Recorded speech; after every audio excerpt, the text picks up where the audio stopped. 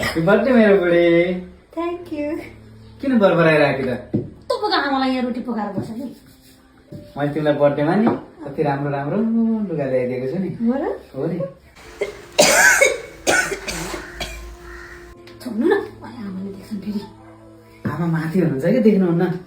बाबु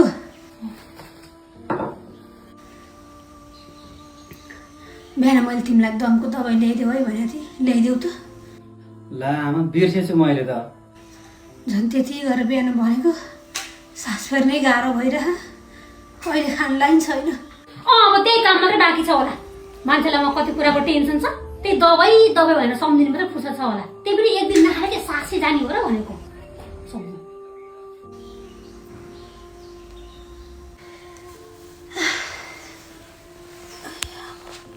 सुन न, अनि पार्टी गर्ने होला, के ल्याउनु पर्छ भन त?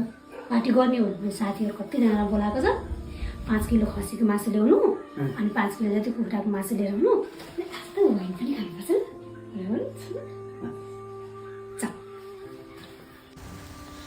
बाबु बुहारी आज एकादशी सबैभन्दा ठुलो। घरमा माछा मासु जाँड रक्सी ल्याउनु त हुँदैन, तिमीहरू खानेकुरा गर्दैछ। यस्तै गर्छ कि म अनि भाउन्न भएर आउँछ। अनि आफ्नो घरमा आफ्नो खुसीले रमाएर बस्नु पनि नपर्ने, निको खटाना बस्नुपर्ने म जहिले पनि। त्यस्तो होइन बुहारी, अरू दिन जे गरे पनि आजको दिन त हुन्न। सधैँ आउँछ नि मेरो बर्थडे। अब ल मेरो भन्नु यति नै हो, तिमीहरूको खुसी गर्नु। आमा तपाईँ आफ्नो सुरु गर्नु कि अरूको मतलब नगर्नु। आज जन्मदिनको दिन कस्तो खुसी भइरहेको थिएँ, तपाईँ खाली बिचरा दुखी मात्रै बनाइदिनुहुन्छ। त्यो बोल्छ केही नहुने उसको श्रीमतीलाई त्यत्रा झोला भए साबुन ल्याउन सक्नुहुन्छ। आमाको लागि एउटा दमको दबाई ल्याइदेऊ है बाबु भन्दाखेरि त्यस्तै वचन आउँछ। बहिनी ओहो मेरो दाइ पो आउनु भएछ त। यही पछि आउनु हो बहिनीको घरमा। हो दाइ नमस्कार।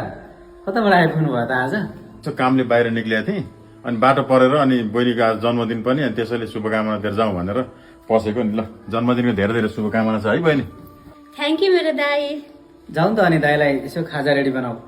होइन ज्वाइँ पर्दैन, आज ठुलो एकादशी, म केही पनि खाँदिनँ खासै आज।